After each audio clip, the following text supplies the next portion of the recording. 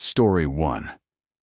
It's been 10 years since I lived in that apartment, and I still can't talk about it without getting that feeling in my gut, like someone is staring at me through a keyhole I can't see. I was 24, freshly out of college, and I had just moved into a cheap 2-bedroom with a guy named Eric I found on Craigslist. Rent was laughably low, even for a college town. That should have been a red flag. It wasn't. Eric seemed normal enough at first. Quiet. Clean. Paid his rent on time. He worked nights at some warehouse and slept during the day. We didn't talk much, which was perfect for me. I liked my space. I had just started a remote job and rarely left the apartment, except to walk my dog, Mabel. The weirdness started small, the way it always does. One morning I noticed my bedroom door was cracked open when I was sure I had closed it. Mabel was barking, facing the hallway. I figured maybe I hadn't latched it properly. A week later, I found the living room TV on full blast at 3 a.m. I assumed Eric had gotten home from work and forgotten to turn it off. But when I asked him about it the next day, he looked confused and said he'd stayed overnight at his girlfriend's place. "You sure?" I asked. He nodded slowly. "Yeah, why?" "No reason," I lied. I started locking my bedroom door at night. I even set up a cheap motion detector alarm inside my room. Not because I thought Eric was dangerous, but because I needed to prove to myself I wasn't going crazy. It went off 3 nights later. I jolted awake to that high-pitched chirp. Mabel was growling low at the corner near my closet. I turned on the light. No one was there. Door locked. No windows open. I even checked the vents like a lunatic. When I confronted Eric, he looked genuinely freaked. "I swear to God, man, I haven't been home the last 2 nights. Ask my girlfriend." I didn't know what to believe. But I started noticing little things I couldn't explain away so easily. A spoon left in the sink after I'd washed everything. My towel damp in the morning when I hadn't showered. Mabel staring at the hallway some nights, ears flat, tail stiff.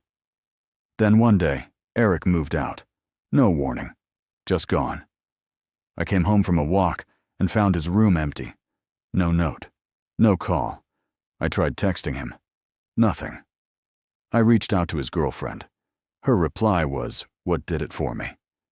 Eric broke up with me 3 weeks ago. Haven't heard from him since. I stood in that empty hallway, cold sinking into my bones. If he hadn't been staying at her place, who had I been talking to? I called the landlord. She seemed annoyed. "You only had the place for 2 months," she said. "You already need a new roommate?" "What are you talking about?" I asked. "Eric left." She paused. "You said you'd be moving in alone." That's when I checked the lease. My signature was the only one on it. No mention of Eric. Not even a second set of keys recorded. I left that apartment that night with Mabel and never went back. I don't know who or what I was living with. The police didn't find anything unusual when they searched the place, though the back of the hallway closet had scratch marks on the inside. Human-sized, as if someone had been pushing from the inside for years. Some nights I still dream about the apartment. Always the same dream. I'm in bed, and I hear the sound of a door unlocking. The handle turns. I wake up. My bedroom door is opening, slowly, and I know, somehow, I didn't lock it that night. And there's breathing, just beyond the threshold. Story 2. I never really knew Alex. That's the weirdest part. We lived together for almost 8 months in this 2-bedroom in a quiet part of town, and I can't remember a single real conversation we had. Not because I have memory issues or anything. I remember other things just fine. I remember the day I moved in. I remember the smell of that stale hallway, and the neighbor's yappy dog that barked at 3 a.m. I remember how Alex always kept his bedroom door shut. Always.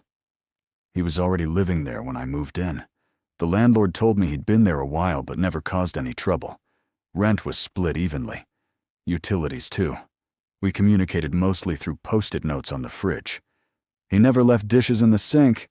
Never had friends over, never played music, never cooked. I barely heard him move. Sometimes I wondered if he was even real. But the rent was cheap, and I was going through a rough patch.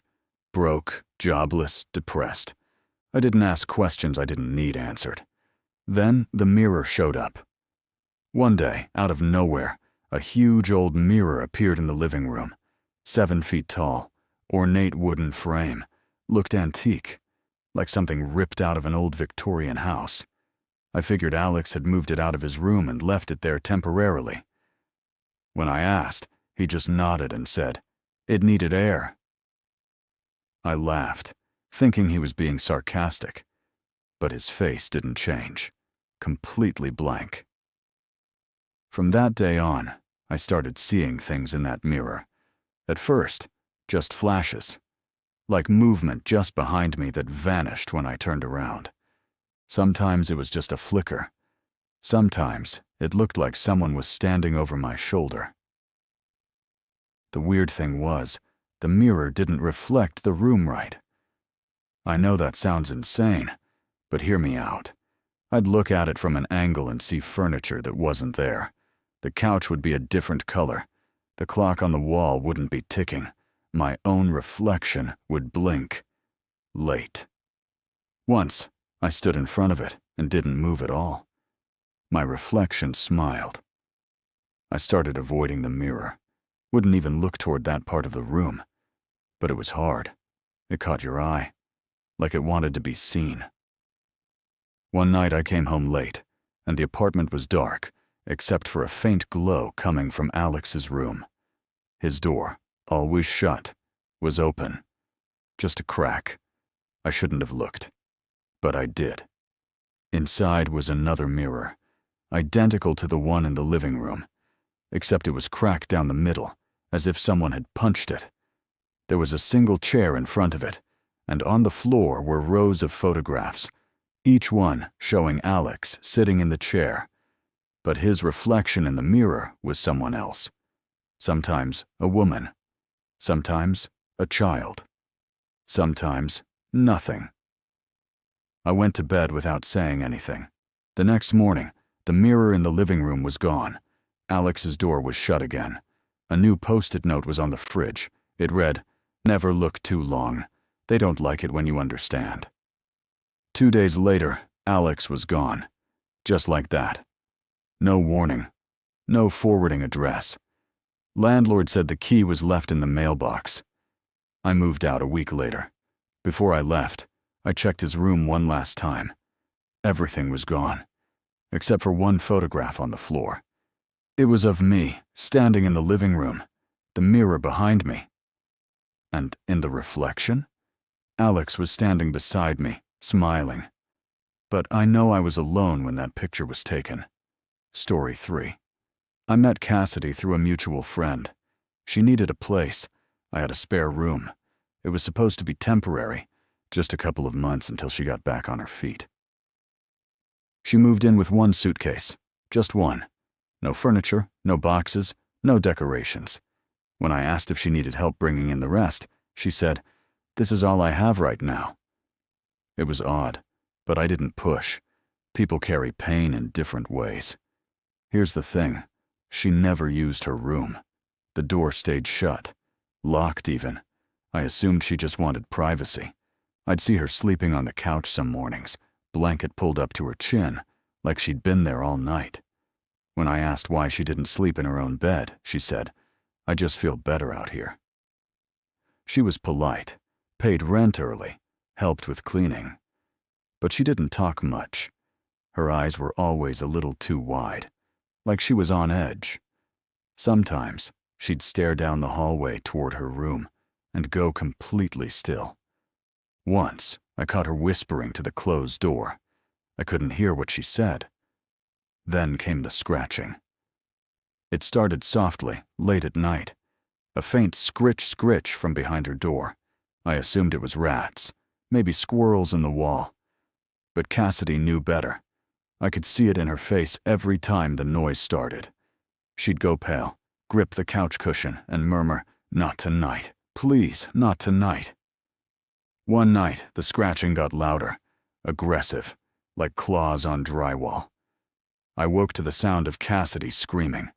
Not a normal scream. It was guttural, like pure terror, like her soul was trying to escape her throat.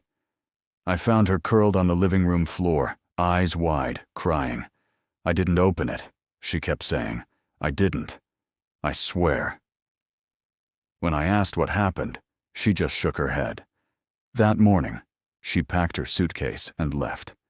No goodbye, no explanation, just gone. Now here's the part I never told anyone. After she left, I finally unlocked her door. It took some effort. She'd wedged something heavy against it from the inside. The room was empty. No bed, no chair, just her suitcase in the middle of the floor, untouched. The walls, though, the walls were covered in writing. Tiny, frantic handwriting, like it had been done with a marker and no plan.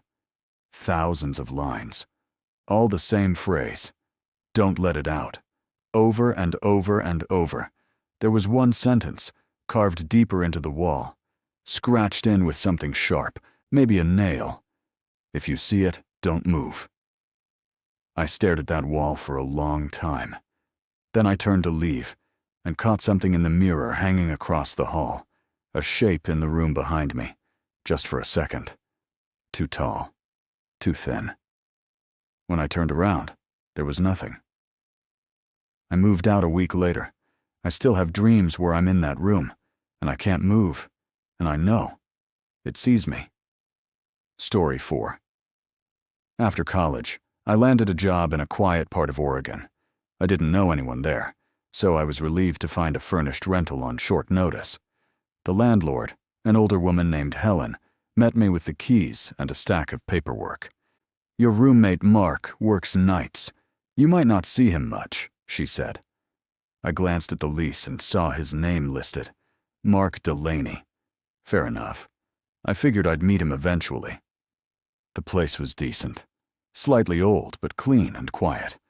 Only one bedroom door was shut when I moved in. I figured it was Mark's. I didn't want to intrude, so I kept to my side. A few days passed, and I still hadn't seen him. But little things confirmed he was real. Used coffee mugs in the sink, the distant flush of a toilet at night, a damp towel left in the bathroom. I left a note on the fridge saying hi. The next day, it was gone. No reply. Then I started hearing footsteps. Late at night, I'd be lying in bed and hear someone walk down the hall. Slow, deliberate steps. Sometimes they'd stop outside my door. Just stand there. No knock. No sound. Then they'd walk away again. I assumed Mark was just a little weird. Maybe anxious. Maybe a sleepwalker. I brought it up to Helen the next week, when she stopped by to drop off the water bill. She frowned. Mark hasn't lived there in almost a year. He broke his lease. Said the house was making him feel watched. I laughed. "Then who's using the other bedroom?" Helen blinked. "I'm not sure what you mean. The unit's rented to you alone." I stared at her, trying to process. "But the lease has his name on it." She looked confused. "No, it doesn't. I only have one signed copy, and it's yours." I went straight to my room, dug through my files, and pulled out the lease. 2 names. Mine. And Mark Delaney. I showed it to her. She shook her head slowly. "That's not the lease I gave you." After she left, I unlocked the other bedroom. It smelled of old dust and cold air. The bed was neatly made. No signs of recent use. But there was one item on the desk, a picture frame facing the wall. I turned it over. It was a photo of me, sitting on the couch, taken from behind. I moved out that night. Left half my stuff behind. Didn't care. Weeks later, I found a forum about strange rental experiences and posted my story. Someone messaged me privately. Their profile had one picture, the same photo that had been on the desk. Caption: "I lived there too." Story 5. I met Devin through a house share app. He was the first one to respond when I posted about an extra room I had in a small 2-bedroom unit just outside Seattle. Quiet neighborhood, near the bus line. Rent was low. He moved in the next day with 2 duffel bags and a laptop. That was it. Right away, Devin struck me as strange, but not in an alarming way. Polite, clean, reserved. He was thin, almost gaunt, with sunken eyes and a pale complexion that made him look permanently sleep-deprived. He wore the same gray hoodie every day. Never said where he worked. I chalked it up to personal stuff. Maybe he was dealing with something. Who wasn't? But then I noticed. Devin never ate. Not just rarely. Never. I never saw him use the kitchen. Not once. The fridge was always just how I left it. I'd cook dinner, sometimes offering him a plate, and he'd decline with a small smile and say, "Already ate." I assumed he ate at work, or ate out. But the trash never had takeout boxes. No groceries in the pantry that weren't mine. After a few weeks, I realized I'd literally never seen him put food in his mouth. One night, I heard movement at 2:30 a.m. and walked into the kitchen to grab water. Devin was just standing in the middle of the room in complete darkness. Not doing anything. Just standing. Facing the fridge.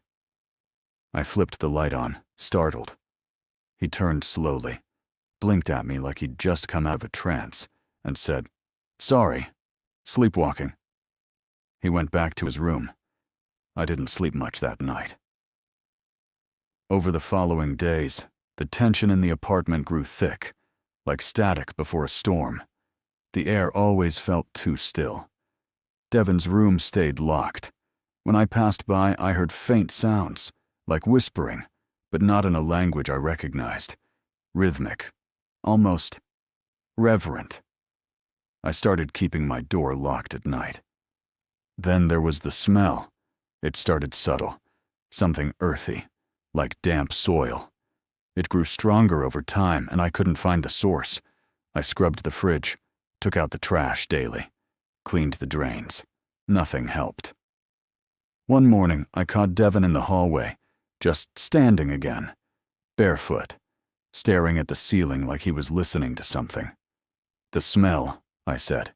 "Do you notice it?" He looked at me. A little too long. "It's not for you."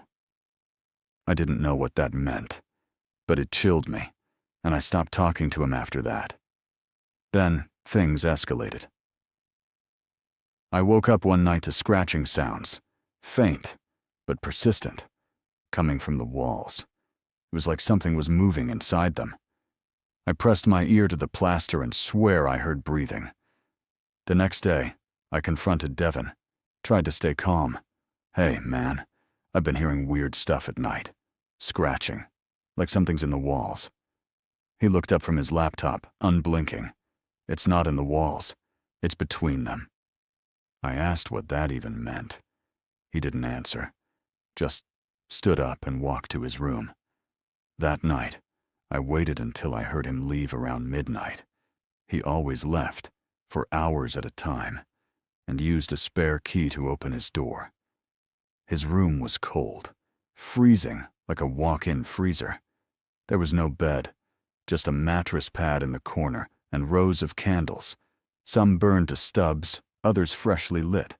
Along the walls were pages torn from books, taped haphazardly, covered in symbols, and what looked like ancient scripts. They circled something scratched into the floor. A large, uneven spiral carved into the wood, darkened with something dry and brown. In the center, a pile of uneaten food, rotting meat, fruit covered in mold, plates of untouched meals swarmed with flies. I backed out of the room, heart pounding. When Devin returned, he didn't say a word, just looked at me, closed his door, and locked it.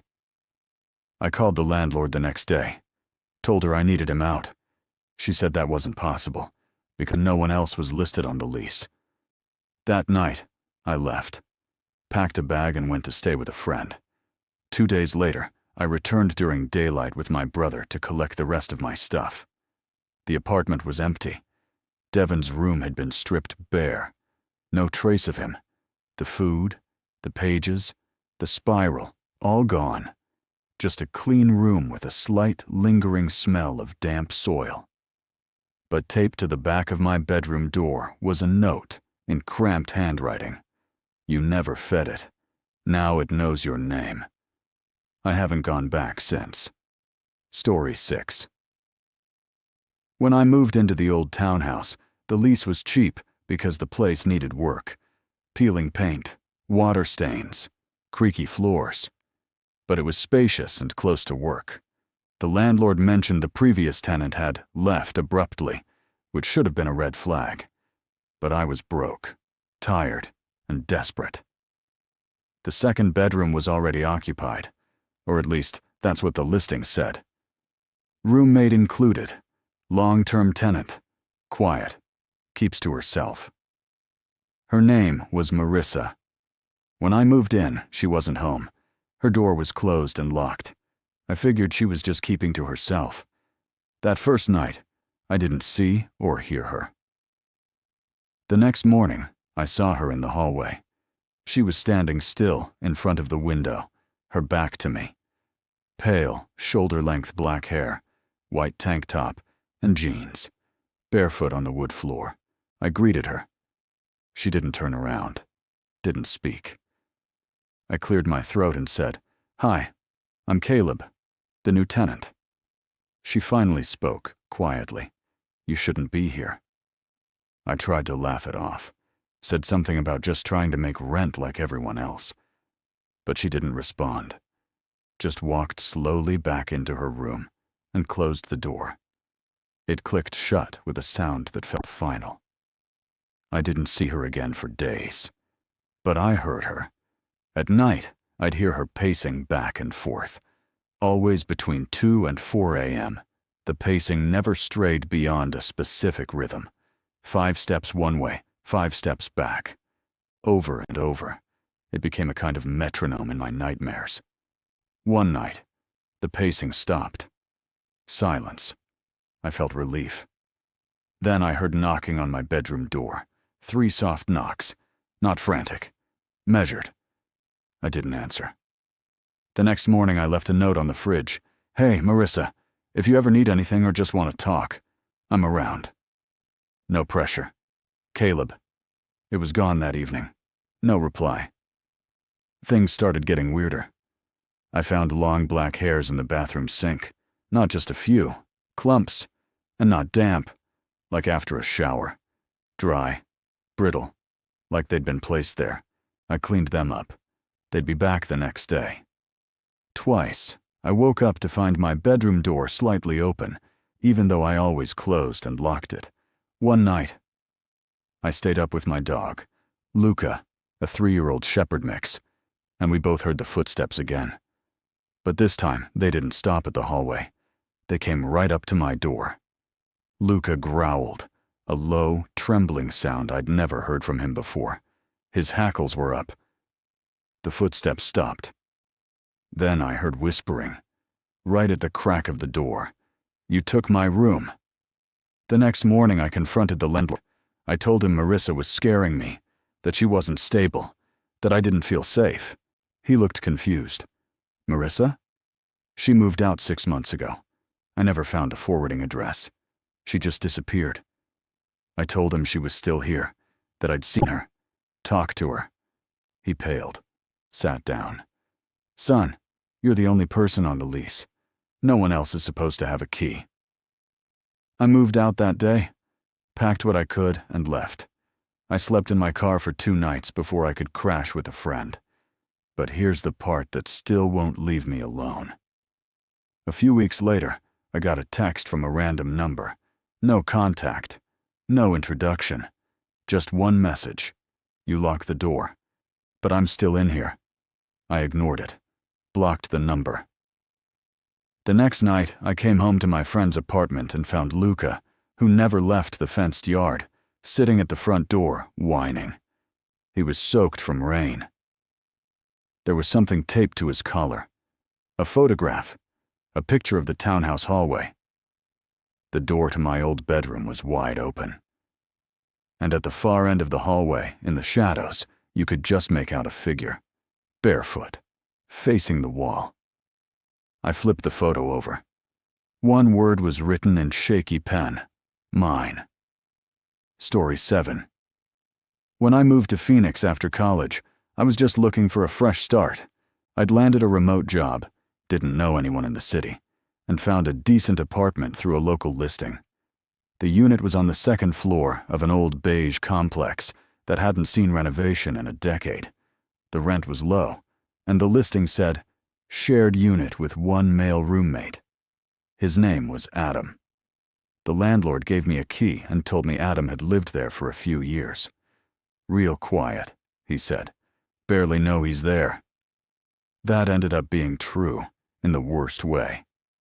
When I arrived with my things, the place felt wrong. Not messy, just still. Airless, almost like a waiting room. Adam wasn't home. His bedroom door was closed, and I didn't feel comfortable knocking. For the first few weeks, I barely saw him. I'd hear sounds, footsteps at night, a door creaking shut, a faucet running. Sometimes I'd wake up and find lights on that I knew I'd turned off. Once, the microwave was running with nothing inside. I laughed it off as forgetfulness. Then I finally saw him. I came home late from a grocery run and found him sitting at the dining table in the dark. Just sitting. No phone, no light, just his silhouette in the shadows, staring at the wall. I said hi, awkwardly. He didn't respond. Eventually, he stood up and walked past me into his room. The floorboards creaked under his bare feet. The door closed behind him with a faint click. I told myself he was just one of those socially withdrawn types. But it got stranger. I'd find small things moved in my room. My chair slightly rotated, a sock missing, then reappearing in the fridge. One morning, I woke up and my laptop was open to a Google search for how to remove skin without leaving marks. That was the first time I felt real fear. I confronted him the next day, knocked on his door. No answer. Knocked again. Nothing. I tried the knob. Locked. The next day, I emailed the landlord asking for Adam's contact info. He replied within an hour. Who's Adam? I told him the guy I'd been living with for a month, the other tenant. He said there was no Adam. According to the lease, I was the only occupant. I called him. He insisted. I swear, no one else is supposed to be in that unit. That's a private lease. I told him there was a man living in the second bedroom. He paused. Can you check the room while I'm on the phone? I walked down the hall, feeling my pulse in my throat. The door was still locked. I can't, I said. It's locked. The key I gave you works for both rooms, he said. I tried the key. It slid in, clicked. The room was empty, and I don't mean tidy. I mean completely bare. No bed, no clothes, not even dust where furniture had been. The room was vacant. I don't understand, I muttered. The landlord was silent for a moment. Then he said, Are you okay? I didn't answer. I hung up and stood there for a long time. I tried to tell myself I'd imagined him, that maybe I was sleepwalking, projecting, something. But then I checked the hallway closet. There were men's shoes in there. Size 11. I wear size 9. The microwave dinged from the kitchen. When I walked out, the dining room chair, the one he'd sat in that first night, was pulled out again. I moved out that night. Didn't even sleep. Took a duffel bag. Left everything else. I didn't even tell the landlord. I just drove. A week later, I got a package in the mail. No return address. Inside was a single Polaroid. It was a picture of me sleeping. Taken from inside my bedroom. From the foot of my bed. There was a shape in the corner, dark, barely visible, a man's silhouette, just watching. Written on the bottom of the photo, in Sharpie, was, "Thanks for letting me stay. I liked your room better anyway."